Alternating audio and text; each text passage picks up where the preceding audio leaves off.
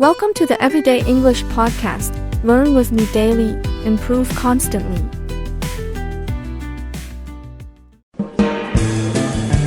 Hello, English learners. Welcome back to English Pod. My name is Marco. And I'm Erica. And today we're going to be taking you to the airport. That's right. We're going to listen as a man checks in at the airport and deals with his luggage. That's right. So we're going to be looking at a lot of great stuff that can help you the next time you are at the airport at the check-in counter. So why don't we take a look at one word that we're going to preview today in Vocabulary Preview. Vocabulary Preview. We're going to hear this guy say, I'd like to check 3 pieces. He's going to check 3 pieces of what? Pieces of luggage. So when we talk about luggage, we can say pieces of luggage. That's right. Luggage is a non-count noun. So you can't say 1 luggage, 2 luggages, 3 luggages. That's wrong. Right. So we use pieces of luggage. Okay. So 3 pieces of luggage. Very good. Let's listen to our dialogue for the first time. We're going to see what happens with this guy at the airport and with his pieces of luggage.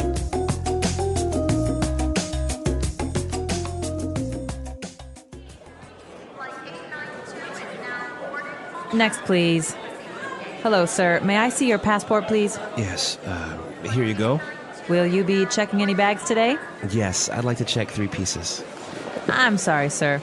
Airline policy only allows 2 pieces of checked luggage at 20 kilograms each, plus 1 piece of carry-on luggage. I will have to charge you extra for the additional suitcase. What?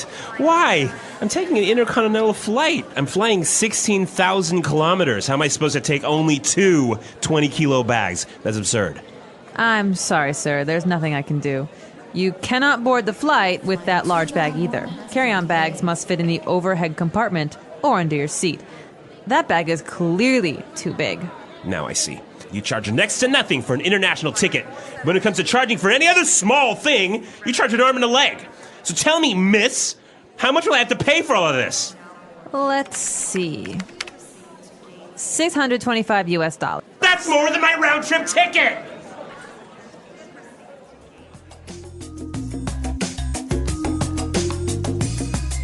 All right, well, that's a whole lot of money, isn't it? Well, I think it's a very common situation. I'm sure many of our listeners can relate to this situation. Overweight charges are pretty expensive. Very high. I know from personal experience. But that's not what we want to talk about now. We want to talk about some really useful vocabulary in language takeaway. Language Takeaway. All right, on language takeaway today, we have 5 words. So why don't we start with the first one? So the woman asked, will you be checking any bags today? Will you be checking any bags today? To check bags. Right, so the verb to check.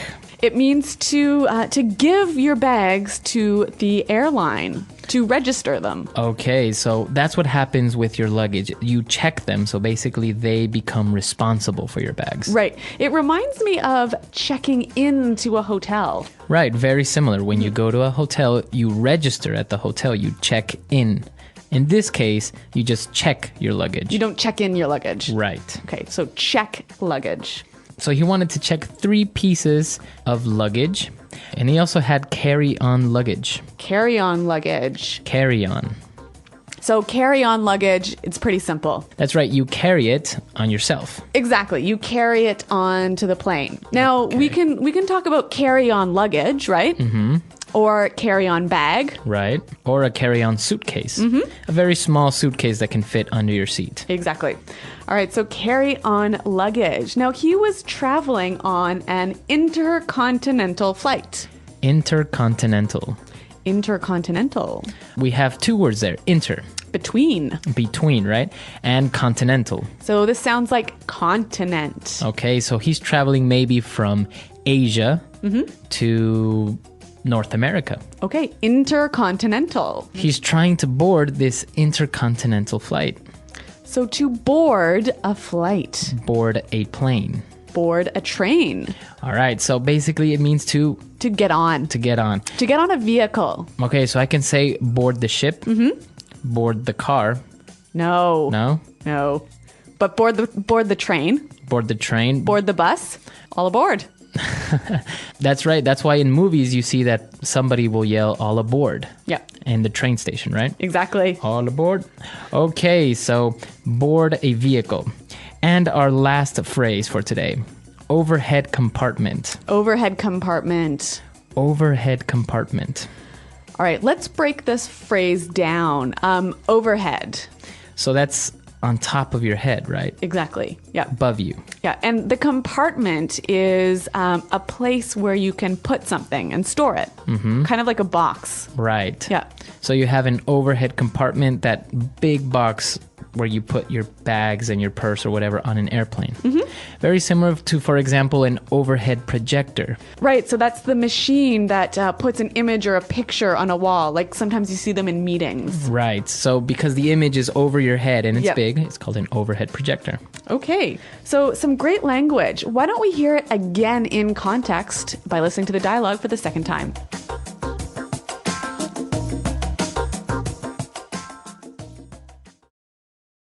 Next, please. Hello, sir. May I see your passport, please? Yes, here you go. Will you be checking any bags today? Yes, I'd like to check 3 pieces. I'm sorry, sir. Airline policy allows only 2 pieces of checked luggage at 20 kilograms each, plus 1 piece of carry-on luggage. I will have to charge you extra for the additional suitcase.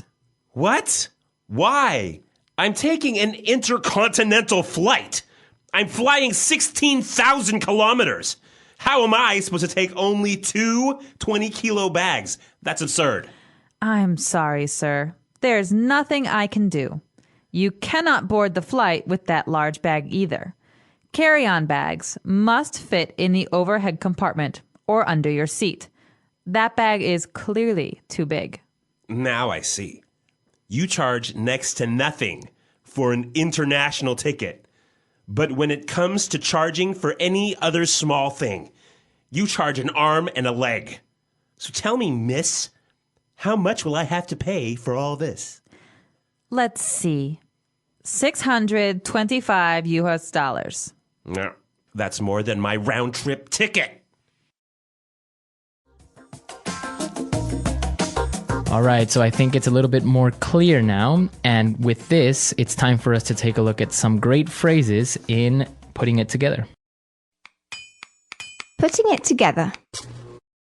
So this guy was pretty angry about this airline policy, and he said, "How am I supposed to? How am I supposed to? How am I supposed to?" Okay, so before we get into explaining this, why don't we listen to a couple of examples so we can try and understand what it means? Example 1. How am I supposed to fit the dog in the car? There are 10 people in there already. Example 2. How is she supposed to get to work if her car's in the shop? Example 3. How are we supposed to know the answer to that? It's impossible. Okay, so I can understand that it means, how can I do this? Right. How do you expect me to do this? How is it possible for me to do this? Very good. It's a phrase you use when you're frustrated, right? Yeah, exactly. You're maybe a little bit frustrated or you're maybe nervous of something that you can't do or don't know how. Yeah, this phrase, it's not impolite, but it sort of gives the idea that you're challenging the other person a little bit. Maybe, yeah. Yeah. Okay. So a good phrase that you can use in different situations and you can try and mix it up with different verbs, right? Right. All right. Now let's take a look at our next phrase. I'm sorry, sir. There's nothing I can do. There's nothing I can do. There's nothing I can do. There's nothing I can do. So basically, the woman can't help the man, even though he's insisting and he's pushing that he wants another solution. Yep. Right? So finally, she says, I'm sorry, there's nothing I can do. So we use this phrase when someone's pushing you too much, right? Right, and you would use it only in that situation towards the end because it is a little bit... It's strong. It's not impolite, but it's just you're saying, you know what, I'm sorry, I can't do anything about it. Now let's move on to our third phrase. You charge next to nothing. Next to nothing. next to nothing. Next to nothing. All right, so we're talking about charging, we're talking about money. Why don't we listen to some examples of what this next to nothing phrase means? Example 1. Do you like my new house? It was so cheap that it almost cost next to nothing. Example 2. Let's go to Thailand. Tickets cost next to nothing right now. Example 3. The real estate agent charged me next to nothing for his commission, so I got a really good deal. So when something costs next to nothing, it's really cheap, right? It's really cheap, or you consider it to be cheap. Mm-hmm. And now, for our last phrase, it's the complete opposite of next to nothing. Right. Charge an arm and a leg. An arm and a leg. An arm and a leg. All right, so this means it's really expensive. It's so expensive, it's like giving your arm and your leg. Right, to pay for it. Yeah. Very good. So next to nothing, really cheap. An arm and a leg, really expensive. Can we look at the use here? All right, so in the dialogue we heard, you charge an arm and a leg, but we can also say it costs an arm and a leg. Right, because we are referring to money, right? All right, so some great phrases here. Now, I think it's time we listen to our dialogue one more time.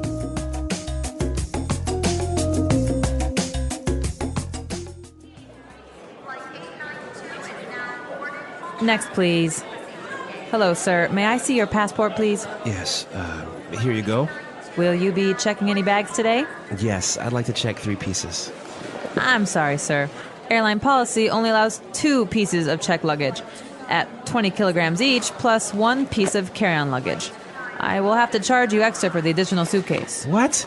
Why? I'm taking an intercontinental flight. I'm flying 16,000 kilometers. How am I supposed to take only 2 20-kilo bags? That's absurd.